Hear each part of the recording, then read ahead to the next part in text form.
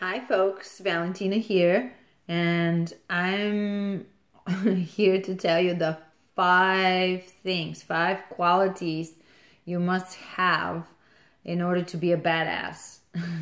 I use that phrase a lot, so I thought I should define it. What's a badass? Because badass is not the same as being an asshole. It's a lot harder to be a badass than to be an asshole. So here we go. If you think of yourself as a badass, maybe you can check some of these things off your list and see if you really are. So the first thing is have self-confidence, stemming from self-awareness and genuinely being interested in and working on the best version of yourself. So you're constantly investing in yourself.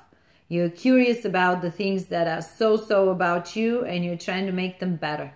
You're curious about your talents, you're curious about your shortcomings, your strengths, your weaknesses, and you're constantly investing in improving yourself. It's not like a job, it's a genuine interest. You're motivated by the results you're getting, you are excited about the transformation as it happens. So self-confidence comes from that sense of always being your top game, always being your top shape, even though there might be more work ahead of you. But at the moment, this is where you are, and you're proud of who you are, of what you've done to get there, and that gives you a sense of self-confidence, and people can sense that in you. Enjoy it even. Next thing, the second thing is honesty with yourself and others. You need to know your BS and keep it to yourself. No one else should be subjected to your dysfunctionality just because you're looking for a moment of relief or instant self-gratification. Okay, we're all work in progress, but we can't be taking it out on others. You got to know whatever's happening within you, if it is because of you or if it is because of something else that's going on. Own your reactions, your anger, your frustration, your sarcasm. I'm one of those sarcastic people. You look at me the wrong way, or you say the wrong thing, and ooh, sometimes the stuff that comes out of my mouth. Words hurt more than actions sometimes. And so I've had to work really hard over the years to kind of curb my enthusiasm for sarcasm. It's not the best way to go about things.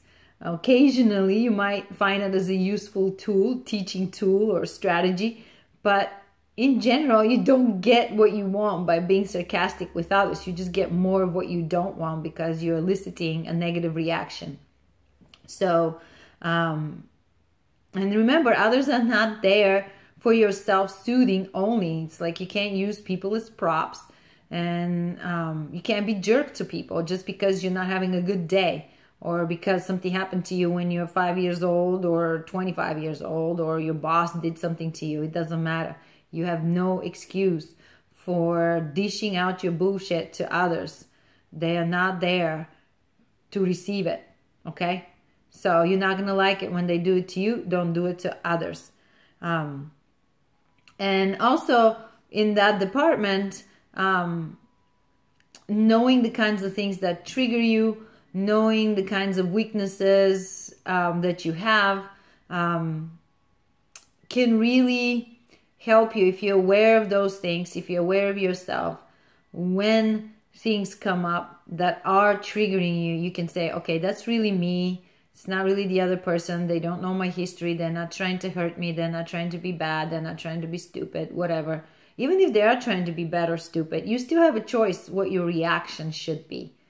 You know, should you blow up in their face? Should you criticize them? Should you passive aggressively do something stupid? I don't know.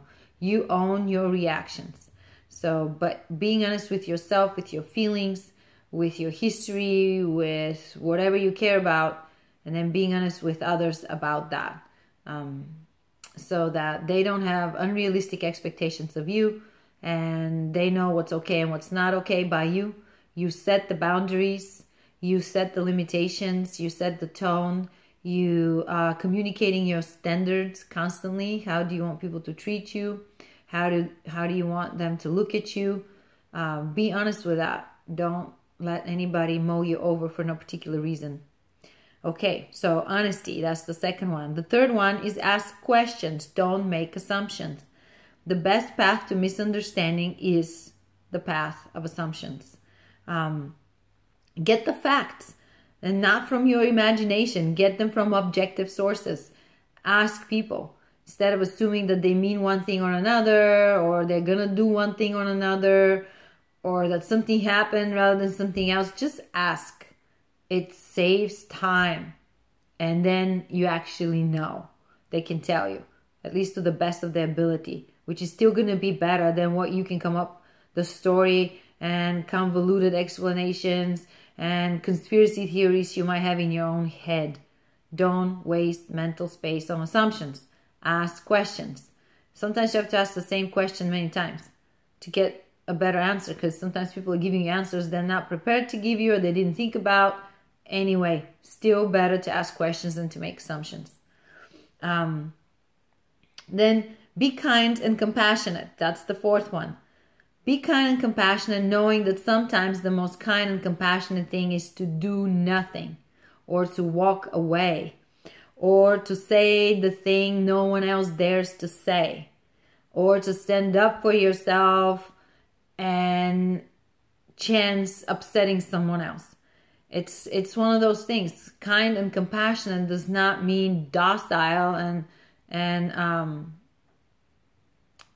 just condoning any kind of behavior, any kind of situation. You just don't do it. It's like honesty goes together with kindness and compassion.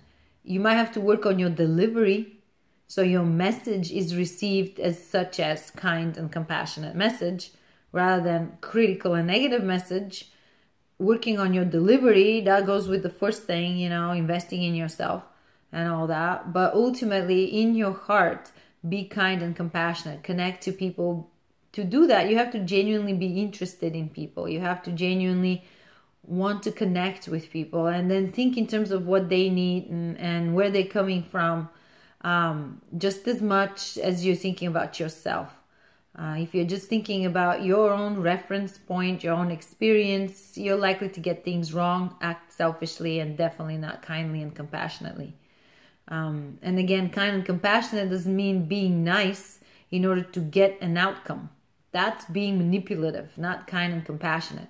Kind and compassionate is about benefit to the others, not just benefit to yourself. You can be kind and compassionate to yourself, but in general, when you speak of kindness and compassion towards others, you're doing things, thinking things, acting in ways that benefits others, even though it may not necessarily result in some outcome that you are looking for. Okay. The final one, the fifth one, is own your mistakes. So even smart people say stupid things and do dumb things. So we can't be too hard on ourselves. To be a badass is to have a degree of vulnerability and to say, hey, I'm still a human. And that's what makes me a badass. I can open up, I can soften up, I can toughen up, depending on the situation and depending on what's appropriate. And so, assuming that you're going to make mistakes, that's just how life goes. Sooner or later, you're going to make some mistakes. And some mistakes are ridiculous and some mistakes don't matter. And some mistakes do matter. But if we're self-aware and interested in investing in ourselves and being the best versions of who we are, we're going to take these mistakes as information.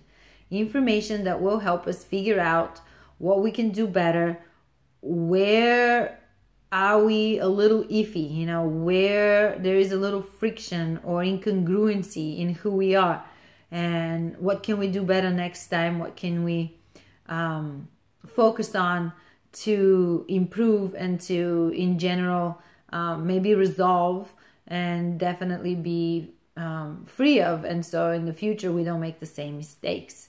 So I watched a TED Talk some time ago. I don't know who put it up. I wish I remember. But the person said, if we look back and we see all the stupid things we've done and all the mistakes we've done, it's sort of like we want to disappear from there. Like we wish it didn't happen and we want to erase it from our memory and somehow erase it from the memory of everybody else so they don't remember us that way. But think what you're doing. Like if you can go back with an eraser and just erase all these parts of your life, you are not going to exist, okay? There are going to be big gaps in life where you don't exist. So I think sometimes we'll make more mistakes than we'll get things right. But if you get the important things right, then you're going to do okay. The rest is there for just a life experience and training wheels. And if you can laugh at yourself, if you can take it lightly and not be hard on yourself, then these mistakes become just background. They become information and stories you tell because they're funny around the dinner table. It's like, hey, let me tell you what I did, ha ha ha, right? So being a badass is that. You just need these 5 things. If you are good at these 5 things, or you're working on these 5 things, or you have them as a big part of who you are, you're badass. Join the club. I will start a club, badass club.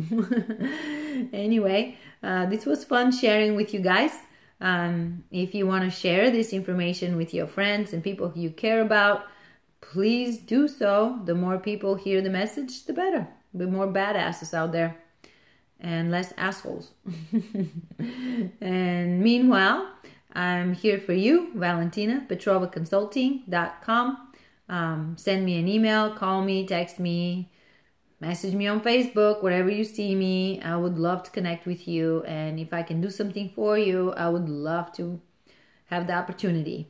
So I will talk to you another time. Take care. Bye.